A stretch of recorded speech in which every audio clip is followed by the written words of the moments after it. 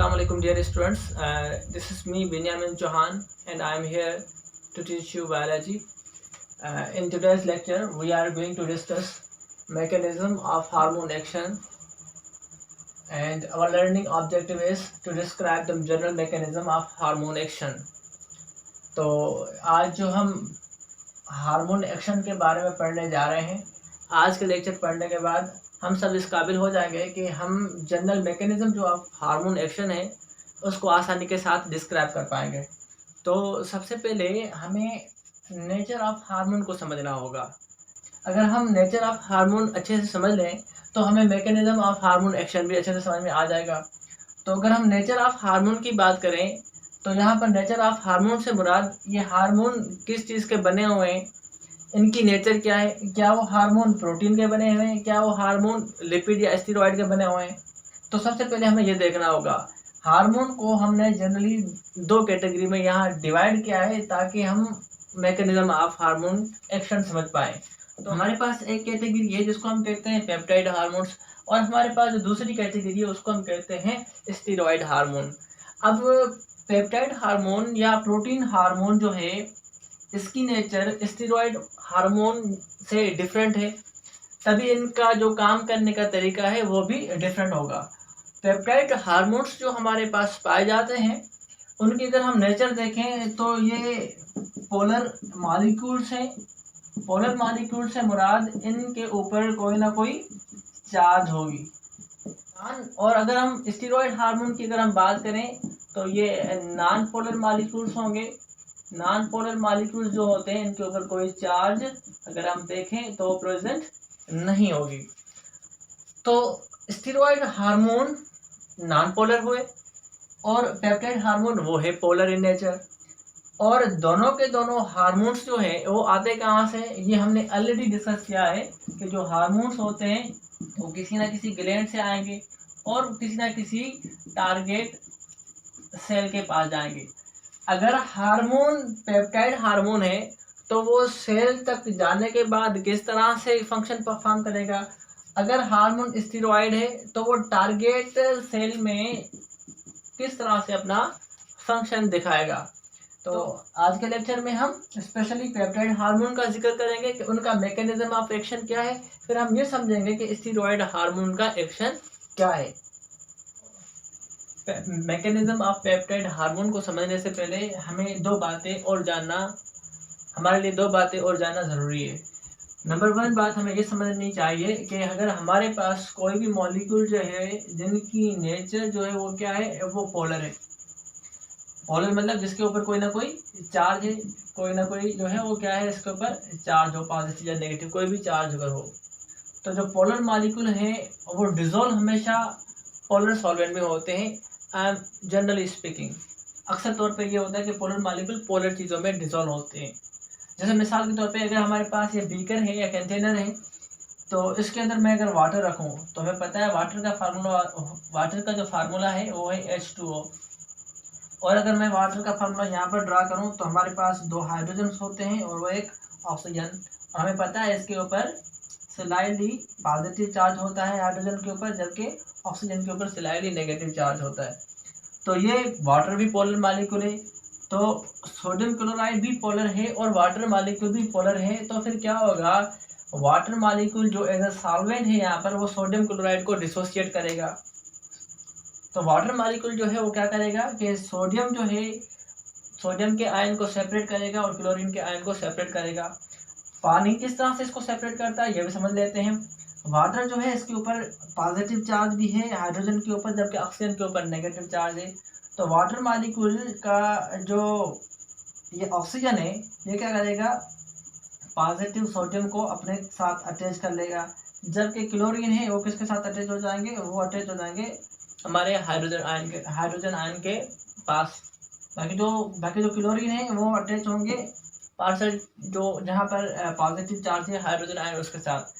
तो कहने का मतलब ये है कि पोलर मॉलिक्यूल्स पोलर चीज़ों में डिसॉल्व होते हैं, जबकि नॉन पोलर जो चीज़ें होती हैं वो नॉन पोलर में डिसॉल्व होंगी, वो पोलर में डिसॉल्व नहीं होगी। जैसे कि आयल है, अगर आयल को अगर हम नॉन पोलर चीज़ के अंदर डिसॉल्व करें तो आयल जो है उसके मॉलिक्यूल इंटरमिक्स हो जाएंगे और हमें पता ही नहीं चलेगा कि वो जो ऑयल का ड्रॉप हमने रखा है वो कहाँ गया। अगर इसी ऑयल को, जो कि हमारे पास नॉन पोलर है, इसको अगर हम वाटर के अंदर डिजोल्व करने की कोशिश करें तो वो डिजोल्व नहीं होंगे, उसके जो ड्रॉपलेट्स हैं वो हमें नज़र फिर भी आएंगे। तो एक बात हमें समझ में आ रही है कि जो पोलर चीज़ें हैं वो पोलर चीज़ों में डिजोल्व होंगी और नॉन पोलर जो चीज़ें हैं वो नॉन पोलर चीज़ों में डिजोल्व होंगी। जैसे कि मैंने सोडियम क्लोराइड का मिसाल दिया कि वो पानी के अंदर डिजोल्व हो रहा है, क्योंकि सोडियम क्लोराइड हमारे पास पोलर जो है चीज़ है, जो कि वाटर मॉलिक्यूल पोलर के साथ इंटरमिक्स हो जाएगा। जब सोडियम क्लोराइड को पानी के अंदर डाल कर मिक्स करेंगे तो पता नहीं चलेगा कि जो सोडियम क्लोराइड हमने डाला है वो कहाँ गया, क्योंकि वो उसके अंदर डिजोल्व हो चुका है। इस तरह से जो ऑयल है नॉन पोलर, वो नॉन पोलर सॉल्वेंट में डिजोल्व हो जाएगा। अब ये हमने क्यों डिस्कस किया? ये हमने इसलिए डिस्कस किया ताकि हमें मैकेनिज्म ऑफ पेप्टाइड हार्मोन समझ में आए। हमारे पास जो पेप्टाइड हार्मोन है वो भी पोलर मॉलिक्यूल है और उनका जो मॉलिक्यूलर वेट है वो ज़्यादा होता है। अब ये जो पोलर मॉलिक्यूल हैं वो नॉन पोलर चीज़ों में डिजोल्व नहीं होंगे। और अगर हम सेल को देखें तो यहाँ पर एक सेल का मैंने रफली स्ट्रक्चर बनाया है। तो सेल की जो मेम्ब्रेन जो है जनरली फास्फोलिपिड एंड प्रोटीन की बनी हुई है। तो फास्फोलिपिड जो है, लिपिड के जो जहाँ पर मॉलिक्यूल्स होते हैं, सेल मेम्ब्रेन की ये आउटर मेम्ब्रेन है, ये इनर मेम्ब्रेन है, ये सेल मेम्ब्रेन बायलेयर मेम्ब्रेन है। तो सेल मेम्ब्रेन के जो ये इनर आपको फैटी ये जो मॉलिक्यूल नजर आ रहे हैं, ये सारे के सारे लिपिड है। तो लिपिड जो है कभी भी प्रोटीन वाले हार्मोन को अंदर नहीं ले सकता। अगर हमारे पास जो सेल मेम्ब्रेन के अगर हम स्ट्रक्चर देखें तो सेल मेम्ब्रेन हमारे पास क्या है, वो नॉन पोलर है और नॉन पोलर के अंदर पोलर चीज़ें डिजोल्व नहीं हो सकती। अभी अभी हमने ये पढ़ा है कि पोलर चीज़ें पोलर चीज़ों में डिजोल्व होंगी और नॉन पोलर के अंदर चीज़ें डिजोल्व होती हैं। तो अभी हम डिस्कस करते हैं mechanism of peptide hormone action. ये समझने से पहले फिर एक और मैंने यहाँ पर चार्ट बनाया है, इसको ज़रा देखते हैं। ये हमारे पास ब्लड वेसल्स है, ब्लड वेसल्स के अंदर पड़े हुए ये हार्मोन, जिसको हम केमिकल मैसेंजर भी कहते हैं। तो ये अगर हार्मोन जो है इसके पास कोई ना कोई मैसेज होगा। किस तरह से ये हार्मोन ब्लड के जरिए ट्रेवल करके सेल तक आएगा, ये पूरी स्ट्रक्चर सेल की है, और किस तरह सेल के अंदर वो एक्शन परफॉर्म करेगा, ये हमें अभी समझना है। तो हार्मोन के पास इंफॉर्मेशन होती है और हार्मोन सीक्रेट होते हैं किसी ना किसी ग्लैंड से। सपोज यहाँ पर कोई ग्लैंड है, इस ग्लैंड ने हार्मोन बनाया और हार्मोन बनाने के बाद वो डायरेक्ट वो हार्मोन ब्लड के अंदर डिफ्यूज़ हुआ। तो डिफ्यूज़ होने के बाद जब ये टारगेट ऑर्गन यानी कि टारगेट सेल के पास जाएंगे तो किस तरह से रोल प्ले करेंगे, एक चीज़ हमें ये समझनी है। ये समझने से पहले मैं आपको ये बता दूँ, ये एक जनरल हार्मोन है जो कि पेप्टाइड इन नेचर है। सपोज इसका काम सेल के अंदर जाकर किसी एंजाइम को एक्टिवेट करना है ताकि कोई ना कोई एक्शन हो। एंजाइम दो तरह से काम करेंगे, या वो कोई रिएक्शन स्टार्ट करवाएंगे, कैटाबोलिज्म या एनाबोलिज्म, जो भी रिएक्शन करवा सकते हैं, या फिर किसी ये एंजाइम को इनएक्टिवेट भी कर सकते हैं। एंजाइम को एक्टिवेट करना या एंजाइम को इनएक्टिवेट करना, इसके लिए मैसेज का होना ज़रूरी है। और वो मैसेज कहाँ से आएगा? वो मैसेज आएगा ग्लैंड से। ग्लैंड क्या करेंगे, ग्लैंड वो मैसेज जो देंगे किस फॉर्म में देंगे, वो मैसेज बनाएंगे केमिकल फॉर्म में। जो केमिकल मैसेजेस होते हैं उनको हम कहते हैं हार्मोन। तो यहाँ पर एक हार्मोन है, किस तरह से वो ट्रेवल करके आएगा सेल के पास और किस तरह किसी भी इंसान को एक्टिवेट करेगा या फिर इनएक्टिवेट भी कर सकता है। तो यहाँ पर मैंने एक्टिवेट का मिसाल दिया है आपको, और यहाँ पर हम बात कर रहे हैं जनरल पेप्टाइड हार्मोन्स की। तो यहाँ पर एक क्वेश्चन ये है कि हमारे बॉडी के अंदर तो trillions of the trillion cells हैं और उन सेलों के ऊपर रिसेप्टर्स भी लगे हुए हैं। यहाँ पर बात समझने की ये है कि हमारे पास ये जो हार्मोन है वो पर्टिकुलर टारगेट सेल तक कैसे पहुँचेंगी, उनको कैसे पता चलेगा कि यहाँ पर टारगेट सेल है और वहाँ पर जाकर वो किस तरह से एक्शन परफॉर्म करेंगे। इसका मिसाल बिल्कुल इस एनोलॉजी की तरह है कि अगर हमारे पास एक लॉक हो तो उसको ओपन करने के लिए कोई ना कोई पर्टिकुलर की होगी। जैसे पर्टिकुलर लॉक को ओपन करने के लिए पर्टिकुलर की होती है, इस तरह पर्टिकुलर हार्मोन के लिए पर्टिकुलर रिसेप्टर्स होते हैं। अगर हार्मोन के रिसेप्टर जिस सेल के पास पाए जाएंगे, ये वहाँ उस रिसेप्टर के साथ बाइंड होकर अपना काम बखूबी अंजाम देंगे। तो जिस तरह से पर्टिकुलर लॉक के लिए पर्टिकुलर की होती है, इस तरह से पर्टिकुलर हार्मोन के लिए पर्टिकुलर रिसेप्टर्स होते हैं। अच्छा, तो याद रखने की बात यह है कि ज़रूरी नहीं है कि एक हार्मोन जो है वो एक ही किस्म के सेल के ऊपर एक्शन परफॉर्म करें। याद रखना कि एक हार्मोन अगर एक सेल के पास जा रहा है, वहाँ पर उसके रिसेप्टर लगे हुए हैं, तो वहाँ पर वो कोई और एक्शन कर सकता है। और यही हार्मोन अगर किसी और सेल में जाकर और वहाँ पर अगर उसका रिसेप्टर लगे हुए हैं तो वहाँ पर कोई और एक्शन परफॉर्म कर सकता है। जैसे कि मिसाल दे रहा हूँ आपको कि अगर हमारे पास एक हार्मोन है जिसको हम इंसुलिन कहते हैं। अब इंसुलिन जो है पैंक्रियास से रिलीज होकर अगर हमारे लीवर के सेलों के पास जाता है तो लीवर के सेलों को वो ये मैसेज देगा कि अब वो ग्लूकोज से ग्लाइकोजन बनाए, और यही इंसुलिन अगर पैंक्रियास से निकलकर हमारे एडिपोज सेल के पास जाएगा तो वहाँ पर उसको जो मैसेज जो है वो ये देगा कि यहाँ पर आप ट्राइग्लाइसराइड्स बनाएं। तो ट्राइग्लाइसराइड की जो सिंथेसिस है वो मैसेज भी इंसुलिन लेकर आ रहा है, मगर वो किन सेलों के पास मैसेज लेकर आ रहा है, वो एडिपोज सेलों के पास मैसेज लेकर आ रहा है। वही इंसुलिन जो पैंक्रियास से रिलीज हुआ अगर वो हमारे लीवर सेलों के पास जब जाएगा तो लीवर सेलों को ये मैसेज देगा कि आप अब ग्लाइकोजन बनाएं। तो कहने का मतलब ये है कि हार्मोन जो है डिफरेंट सेलों के पास जाकर जहाँ पर उसके रिसेप्टर है वो डिफरेंट फंक्शन भी परफॉर्म कर सकता है। मगर समझने की बात यह है कि अगर हार्मोन का रिसेप्टर स्पेसिफिक होना जरूरी है, लीवर के सेलों के पास जाएगा तो वहाँ पर उसी टाइप का रिसेप्टर होगा, और अगर वही हार्मोन एडिपोज सेल के पास जाएगा तो वहाँ पर भी उसका रिसेप्टर होगा जरूर। तो जैसे पर्टिकुलर लॉ के लिए पर्टिकुलर की होती है, जैसे पर्टिकुलर लॉ के लिए पर्टिकुलर की होती है। अब ये हार्मोन है, इस हार्मोन को उठाकर हमें यह समझना है कि ये पर्टिकुलर किस तरह से एंजाइम को एक्टिवेट करवाएगा। तो शुरुआत करते हैं। ये हमारे पास ग्लैंड, इस ग्लैंड से बनेगा एक हार्मोन। वो हार्मोन कोई भी हो सकता है, यहाँ पर मैंने ट्राइंगल से वो हार्मोन को शो किया है। हार्मोन जो है वो डायरेक्टली डिफ्यूज होते हैं ब्लड में, तो यहाँ पर कोई डक्ट नहीं होगी, ये डक्टलेस ग्लैंड्स होते हैं जिनको हम एंडोक्राइन ग्लैंड के भी कहते हैं, जो हार्मोन बनाते हैं। जैसे ही यहाँ से हार्मोन ब्लड में आएगा तो ब्लड के जरिए वो ट्रेवल करेगा, तो जहाँ जहाँ पर ये ब्लड ट्रेवल करेगा वहाँ वहाँ उसके साथ साथ हार्मोन भी ट्रेवल करेंगे। सपोज ये इसका टारगेट सेल है, इस टारगेट सेल के ऊपर ये रिसेप्टर लगे हुए हैं, तो हार्मोन जो है वो टारगेट सेल के पास कैसे आएंगे। सबसे पहले ये जो ब्लड की कैपिलरीज है ये यहाँ से हार्मोन बाहर आएंगे और डिफ्यूज होंगे इंटरस्टिशियल फ्लूइड के अंदर।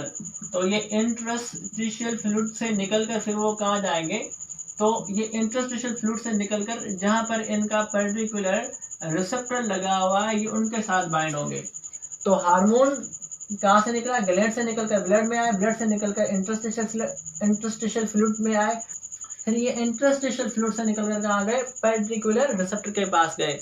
जब ये हार्मोन और रिसेप्टर जब आपस में मिल जाएंगे तो इसी को हम क्या कहेंगे, hormone receptor complex, receptor hormone complex भी कह सकते हैं आप। जैसे ही ये हमारे पास रिसेप्टर के साथ ये हार्मोन बाइंड होंगे जिसको हम फर्स्ट केमिकल मैसेंजर कहते हैं, इसके बाद क्या होगा, जो हमारे पास रिसेप्टर है जिसके पास हार्मोन अटैच हो गया है ये क्या करेगा, इसके नीचे एक और प्रोटीन पड़ा हुआ है जिसको हम कहते हैं जी प्रोटीन। याद रखना ये जी प्रोटीन है ये रिसेप्टर के साथ लिंक्ड है, तो जी प्रोटीन एक्टिवेटेड हो जाएगा। जैसे ही जी प्रोटीन एक्टिवेट होगा तो फिर वो क्या करेगा, वो इसके साथ लगा हुआ एक और एंजाइम है ये उसको एक्टिवेट कर देगा जिसका नाम एडिनोलाइट साइक्लेस है। तो अभी तक हमने क्या देखा, नंबर 1 यहाँ से ग्लैंड से हार्मोन निकलकर ब्लड में आए, ब्लड से निकलने के बाद वो कहाँ गए, इंटरस्टिशियल फ्लूइड में गए, और इंटरस्टिशियल फ्लूइड से निकलकर वो कहाँ गए, रिसेप्टर के पास गए, और रिसेप्टर और हार्मोन जब आपस में मिल जाएंगे तो उसको हम कहते हैं रिसेप्टर हार्मोन कॉम्प्लेक्स या हार्मोन रिसेप्टर कॉम्प्लेक्स।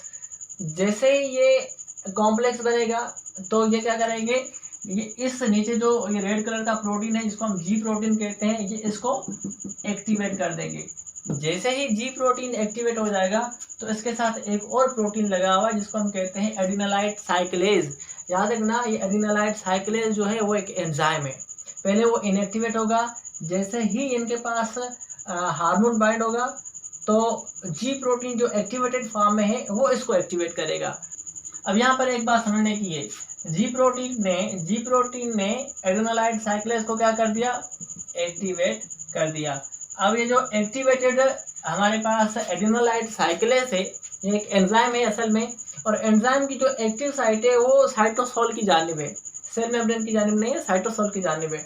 तो ये जो एंजाइम अगर एक्टिवेट हो गया तो ये क्या करेगा, सेल के अंदर बहुत सारे एटीपी होते हैं साइटोप्लाज्म के अंदर, तो एटीपी का फुल फॉर्म होता है एडिनोसिन ट्राइफॉस्फेट। तो एडिनोसिन ट्राइफॉस्फेट को ये एंजाइम तोड़ेंगे, इससे 2 फास्फेट रिलीज करेंगे, बाकी एक फास्फेट वाला एक मॉलिक्यूल बनेगा और उसका नाम है साइक्लिक AMP। अब ये साइक्लिक एएमपी क्या है, यहाँ पर मैंने लिखा है साइक्लिक एएमपी का मतलब है साइक्लिक एडिनोसिन मोनोफॉस्फेट, यानी कि ट्राइफॉस्फेट में से एक मोनोफॉस्फेट वाला कंपाउंड बना और दो हमारे पास जो है वो इनऑर्गेनिक हमारे पास फॉस्फेट आयंस बने।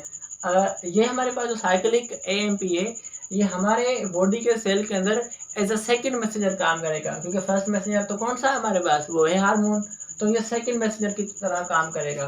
सेकंड मैसेंजर समझ में क्या है इसको अब समझते हैं। ये जो साइक्लिक एएमपी है, यहाँ पर मैंने इसको एक कार्टून की शक्ल में यहाँ पर पेश किया है। तो ये एक मॉलिक्यूल है साइक्लिक एएमपी। साइक्लिक एएमपी के पास एक मैसेज है कि वो एक प्रोटीन को, इनएक्टिवेटेड प्रोटीन एंजाइम को जिसका नाम प्रोटीन काइनेज है, उसको वो एक्टिवेट करवाए। जैसे ही सीएएमपी बन चुका, जैसे ही सीएएमपी बनेगा तो ये क्या करेगा, हमारे पास जो प्रोटीन काइनेज एंजाइम्स होते हैं उनको ये एक्टिवेट करेगा। अब याद रखना जितने भी हमारे बॉडी के अंदर प्रोटीन काइनेज एंजाइम्स होते हैं उनका क्या काम है। तो ये जो प्रोटीन काइनेज हमारे पास है इसको हम पीके भी कहते हैं, प्रोटीन काइनेज। इसका काम होता है फास्फोरिलेशन करवाना। फास्फोरिलेशन का मतलब क्या है, अगर हमारे पास कोई भी एक मॉलिक्यूल है तो उसके पास अगर हम फास्फेट ग्रुप को ऐड करें तो वो फास्फोरिलेशन कहलाएगा। फॉर एग्जांपल हमारे पास ग्लूकोज है, उसके ऊपर हम फास्फेट ऐड कर रहे हैं, ग्लूकोज 6 फास्फेट बन रहा है, तो फास्फेट का ऐड होना is called phosphorylation. Addition of phosphate group is called phosphorylation. तो प्रोटीन काइनेज अगर इनएक्टिवेट है तो वो फास्फोरिलेशन नहीं करवाएंगे, किसी भी कंपाउंड को एक्टिवेट नहीं करवाएंगे। जैसे ही सीएएमपी बनेगा तो वो प्रोटीन काइनेज जो इनएक्टिवेट फॉर्म में है वो एक्टिवेट हो जाएंगे। जब वो प्रोटीन काइनेज एक्टिवेट हो गए तो वो अपना काम करेंगे। प्रोटीन काइनेज का क्या काम है, अभी हमने देखा कि इसका काम फास्फोरिलेशन करवाना होता है, तो डेफिनेटली फास्फोरिलेशन ये किसी और मॉलिक्यूल की करवाएंगे। फास्फोरिलेशन के ऊपर मैं इतना ज़्यादा जोर क्यों दे रहा हूँ, क्योंकि फास्फोरिलेशन एक ऐसा प्रोसेस है जिससे अगला मॉलिक्यूल जिसकी फास्फोरिलेशन हो रही है उससे या वो एक्टिवेट हो सकता है या वो इनएक्टिवेट हो सकता है। मिसाल के तौर पर हमारे पास एक एंजाइम है जो इनएक्टिवेट फॉर्म में है। अब ये एक्टिवेट तब होगा जब इसकी होगी फास्फोरिलेशन। जब इसके ऊपर फास्फेट ग्रुप आ जाएगा तभी ये इनएक्टिवेट से एक्टिवेट बन जाएगा। अब ये कैसे होगा, क्योंकि ये काम करवाना फास्फोरिलेशन का ये है प्रोटीन का काम। तो प्रोटीन कौन सा, जिसका नाम है प्रोटीन काइनेज। तो एक्टिवेटेड प्रोटीन काइनेज क्या करेगा, साइटोप्लाज्म से एटीपी को उठाएगा, उसको वो एडीपी में तोड़ेगा और उसके साथ फास्फेट बनेगा। ये जो फास्फेट बनेगा वो इसी इनएक्टिव के साथ जब वो ऐड करेगा तो वो एंजाइम एक्टिवेट हो जाएगा। जैसे ही वो एंजाइम एक्टिवेट होगा तो वो अपना पर्टिकुलर कोई ना कोई एक्शन परफॉर्म करेगा, कैटाबोलिज्म, एनाबोलिज्म एटसेट्रा। उसके बाद सेल जो है वो रेस्पॉन्स देगा। अब ये जो सेल का रेस्पॉन्स हुआ, यानी कि जो सेल का एक्शन हुआ वो किसकी वजह से हुआ, वो एक्टिवेटेड एंजाइम की वजह से हुआ। अब ये एंजाइम एक्टिवेट कहाँ से हुआ, वो इनएक्टिवेट एंजाइम से एक्टिवेट हुआ। मगर इनएक्टिवेट से एक्टिवेट कैसे हुआ, इसके लिए एटीपी का टूटना ज़रूरी था ताकि एडीपी बने और फास्फेट बने और फास्फेट इसके साथ ऐड हो। अब एटीपी से जो एडीपी बना, ये अगर हम पीछे जाएं तो ये कहाँ से बना, ये प्रोटीन काइनेज से बना। प्रोटीन काइनेज अगर एक्टिवेट होगा तभी ये रिएक्शन होगा, क्योंकि प्रोटीन काइनेज ही एटीपी से एडीपी बना रहा है और उसका फास्फेट इसके ऊपर ऐड हो रहा है, तभी वो एंजाइम एक्टिवेट हो रहा है। और अगर हम पीछे जाएं तो प्रोटीन काइनेज जो एक्टिवेटेड फॉर्म में है वो इनएक्टिवेट से एक्टिवेट कैसे हुआ, तो उसको एक्टिवेट करने वाला हमारे पास साइक्लिक एएमपी है। तो साइक्लिक एएमपी जो है वो खुद एक्टिवेट कैसे हुआ, तो उसको एक्टिवेट करने वाला हमारे पास एक और एंजाइम है जिसका नाम एडिनोलाइट साइक्लेज है। अब अगर हम ये देखें कि एडिनोलाइट साइक्लेज को एक्टिवेट करने वाली मशीनरी क्या है, तो उसके पास है जी प्रोटीन। जी प्रोटीन ने इसको स्टिमुलेट किया था। जी प्रोटीन खुद कैसे स्टिमुलेट हुआ, उसके लिए रिसेप्टर के साथ हार्मोन का अटैच होना ज़रूरी था। तो अगर ये हार्मोन ना आता तो ये पूरा कैस्केड रिएक्शन ना होता, और अगर ये हार्मोन आया उसके बाद ये टारगेट हमारे पास जो एंजाइम है वो एक्टिवेट हुआ। याद रखना फास्फोरिलेशन से एंजाइम एक्टिवेट भी होते हैं और इसी फास्फोरिलेशन की वजह से एंजाइम डीएक्टिवेट भी होते हैं। और याद रखना जितने भी एंजाइम है जिसके पास प्रोटीन काइनेज लिखा हुआ है वो फास्फोरिलेशन करवाते हैं। कुछ एंजाइम ऐसे भी ज़रूर होंगे जो डीफॉस्फोरिलेशन करवाएंगे, जैसे कि फास्फेटेज वगैरह। तो आई होप कि आपको इतना समझ में आया होगा। अगर मैं आपको ओवरव्यू दूं तो हमने इस लेक्चर के अंदर क्या देखा, इस लेक्चर के अंदर नंबर 1 हमारा पॉइंट ये है कि कोई ना कोई ग्लैंड जो है वो कोई हार्मोन बनाएगा। नंबर 2 पॉइंट वो हार्मोन कहाँ आएंगे, वो ब्लड में आएंगे। नंबर 3 पॉइंट वो हार्मोन कहाँ जाएंगे, वो इंटरस्टिशियल फ्लूइड में जाएंगे। नंबर 4 फिर क्या बनेगा, हार्मोन रिसेप्टर कॉम्प्लेक्स बनेगा। नंबर 5 फिर हमने क्या देखा कि जी प्रोटीन जो है वो एक्टिवेट होगा। नंबर 6 फिर हमने क्या देखा कि एडेनोलाइट साइक्लेट जो है वो एक्टिवेट होगा, जी प्रोटीन उसको एक्टिवेट करेंगे। नंबर 7 ये क्या करेगा कि एटीपी से साइक्लिक एएमपी बनाएगा। नंबर 8 साइक्लिक एएमपी क्या करेगा, इनएक्टिव प्रोटीन काइनेज को एक्टिवेट प्रोटीन काइनेज बनाएगा। नंबर 9 अगर हम देखें तो हमने क्या देखा, ये जो एक्टिव प्रोटीन काइनेज है, ये जो पहले इनएक्टिव था तो उसकी शक्ल रोने वाली थी, अब जो ये एक्टिवेट हो गया तो अब ये हंस रहा है, एनर्जाइज्ड हो गया है। अब ये प्रोटीन काइनेज क्या करेगा, ये एटीपी को हाइड्रोलाइज करेगा, एटीपी को वो तोड़ेगा। नंबर 9 तो जब ये टूट जाएगा तो फिर क्या होगा, उसमें जो फॉस्फेट ग्रुप है वो इसके साथ ऐड होगा तो वो उसको एक्टिवेट कर देंगे। तो नंबर 10 जो है वो एंजाइम एक्टिवेट हो जाएंगे, टारगेट जो एंजाइम है उसकी वजह से फिर क्या होगा, ये जब अपना फंक्शन परफॉर्म करेंगे सेल के अंदर तो सेल के अंदर कोई ना कोई एक्शन होगा जिसकी वजह से सेल कोई ना कोई रेस्पॉन्स देगा। तो this is a general mechanism of peptide hormone action. याद रखना बहुत सारे काम फास्फोरिलेशन से होते हैं, ज़रूरी नहीं है कि किसी एंजाइम को सिर्फ एक्टिवेट करवाएं। हो सकता है अगर सेल के पास कोई ना कोई चैनल हो तो ये अगर एंजाइम जो है वो क्या करेंगे, इसकी चैनल की भी फास्फोरिलेशन करवाएंगे। जब चैनल की फास्फोरिलेशन होगी तो ये चैनल ओपन या क्लोज हो सकते हैं। इस तरह से ये पर्टिकुलर प्रोटीन काइनेज जो है और फास्फोरिलेशन करवाते हैं और फास्फोरिलेशन से एंजाइम भी एक्टिवेट हो सकते हैं, कोई चैनल ओपन या क्लोज भी हो सकता है। आई होप कि आपको ये पूरा लेक्चर समझ में आया होगा। If you have any query you may ask in comments.